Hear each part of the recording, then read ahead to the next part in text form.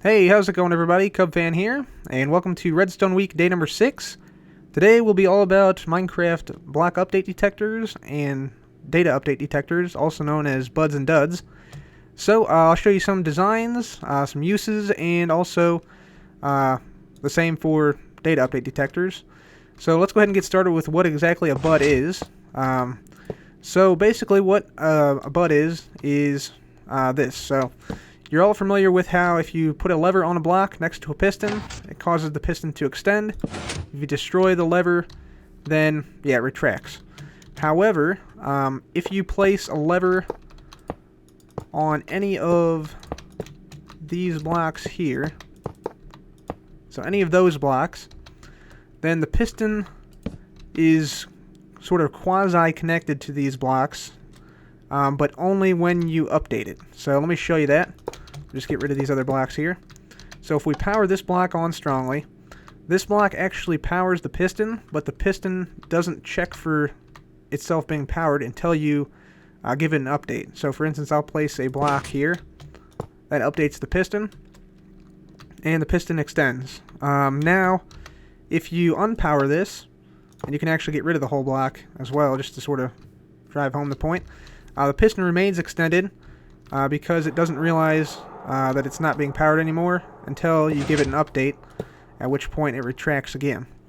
So that is the behavior of a bud switch right there. So now I'll show you a couple different designs for bud switches, and then I'll show you some uses. So let me go ahead and switch to game mode 0 here. So this first design here basically allows you to turn a redstone ore into a button.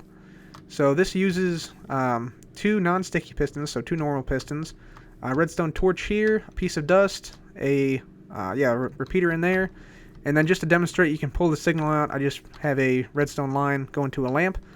So all you have to do to light up this lamp for a brief moment is to hit this redstone ore. Yep, and you saw the lamp light up there. And then that's caused because by hitting the block here, you update the piston, which realizes it's being powered from this dust right here. And then, of course, you know, the signal comes over here and it pushes everything back and resets it. So that's kind of interesting there. You can also do the same thing with a furnace. This is just the same design here.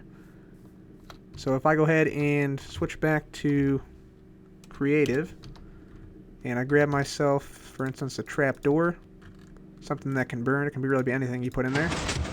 You'll see, yep, you saw it there, that the redstone block moved over, and yeah, we're smelting some stuff up now. So it detects the change in the state of the furnace. It goes from non-burning to burning, and then we should get another update, yep, once it stops, as you just saw. So that's something you can do. It also detects things like trees being planted. So yeah, you can get a signal out of that. A lot of tree farms use that design. And let's see, this one here is just a more compact version. So this design is 5 blocks long. This one's only 4. And basically it works because there's a sticky piston here, and that way you can get it down to a single dust. So to show you here, if we place redstone dust, that activates this block update detector. And then over here, this one is pretty straightforward as well. Pretty small, just has a repeater there, and then it goes up, and this dust here updates the piston. So just like that, that's pretty cool. I believe this is the same design. This one here is actually really neat. For instance, if I went ahead and put down a tree down here, you'll see you get the pulse here. But if you switch this dust to 2 ticks delay, you can actually get what's called a buds switch, so a block update detector switch, and you'll see the lamp remains powered until you put down the plant again, or whatever else you want there. So that's an easy way to basically use another block as a lever. So that's pretty cool. Okay, we also have some other designs here. So for instance, this one here, this is a rather old design, but still works here, as you can see. So if you place down something on any side of this piston here, yeah, you can get a redstone signal out of that, so that's pretty cool. Okay, so those are a bunch of block update designs that were possible before Minecraft 1.8. Now let's go ahead and take a look at some of the uses of these buds and some of the new designs that use slime blocks. So first of all, the uses. So here we have a block update detector using a Cauldron. So basically this piston here is being budded by this repeater because you see the comparator is giving an output from the Cauldron. It's powering this block, and then yeah, it's going to this block right here. We also have sort of a T-flop design here with this dispenser and a bucket.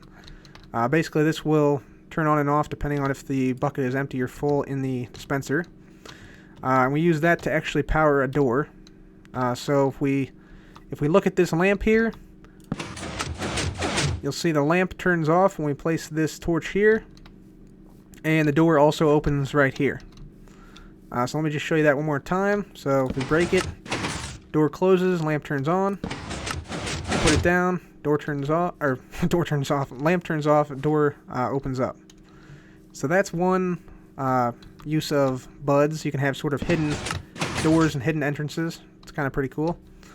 Also, you can use bud switches for traps. So say you had this randomly encountered in a cave or somewhere underground. You could just have someone break this block. That sets off some TNT.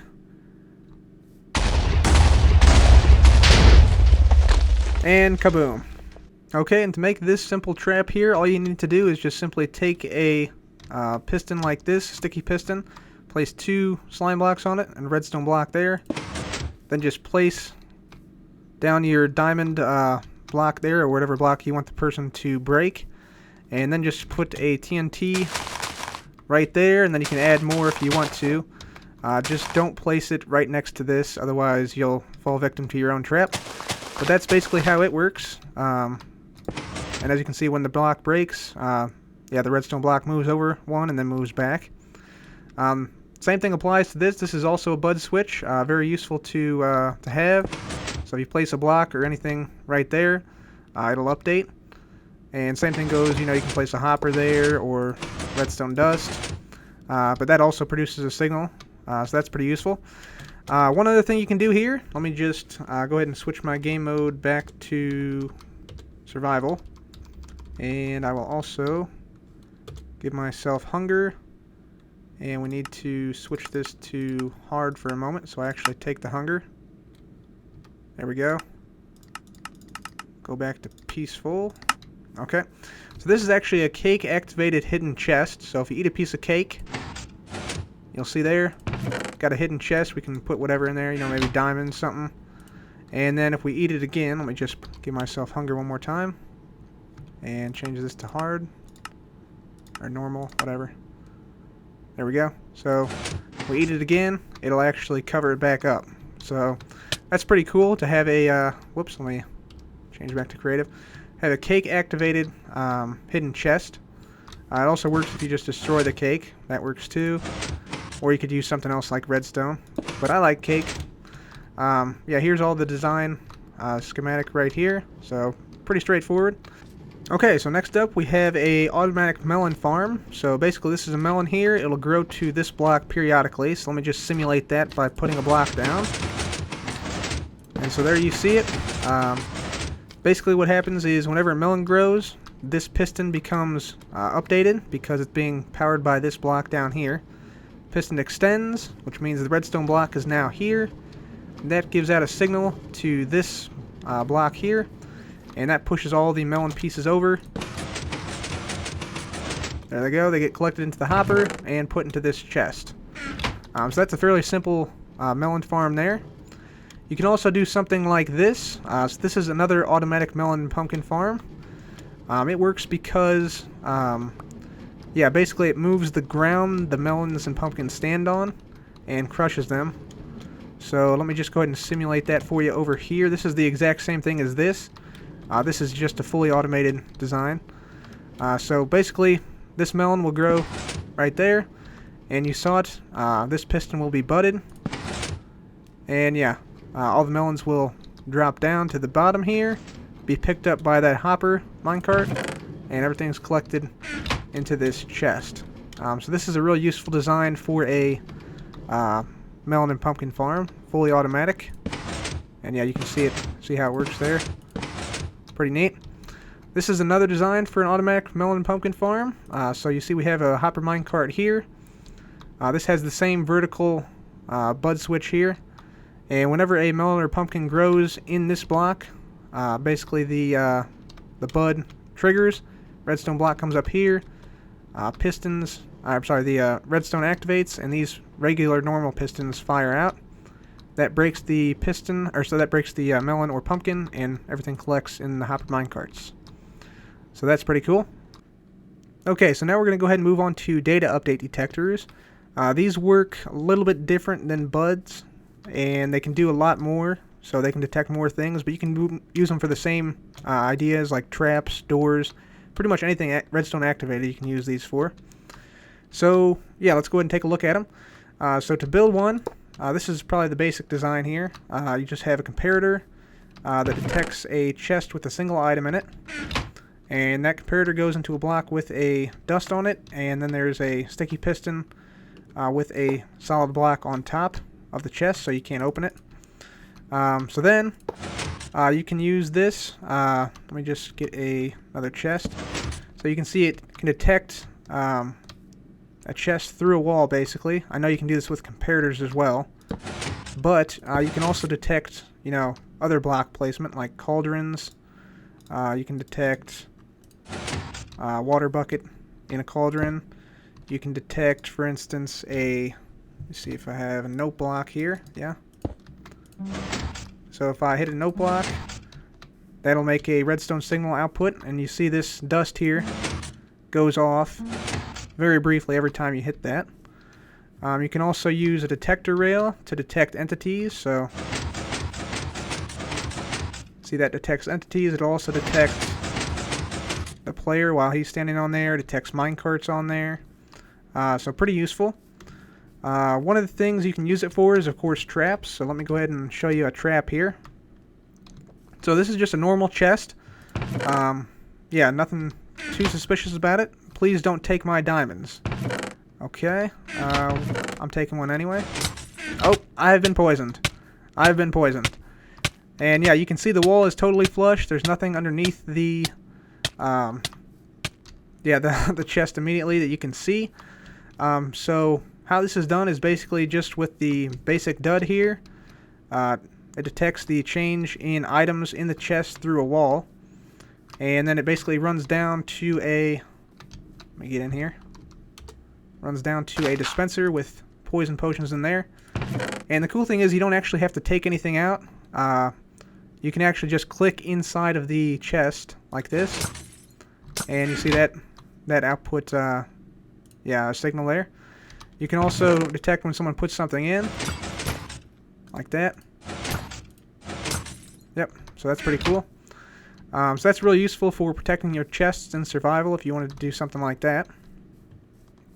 It'll also detect updates from brewing stands, so if you take this out, put that in, it'll detect that. You can also have it play 2 notes for you, so if I right-click this one, see it plays the another note on this note block. It's kind of cool. This is just another designed for a dud, or this is actually a tile entity detector, but yeah, it does basically the same thing here, so that's pretty neat. And finally here, I'll show you this. This is a beacon door, so all you have to do to use it, right click on the interface, click in this slot here, da-na-na-na, secret door. So this can be used for like secret rooms or whatever.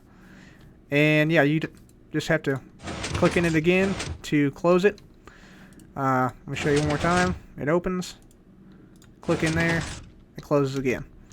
So that is pretty darn cool, and it just uses a dud and then a really compact T flip-flop to power some pistons.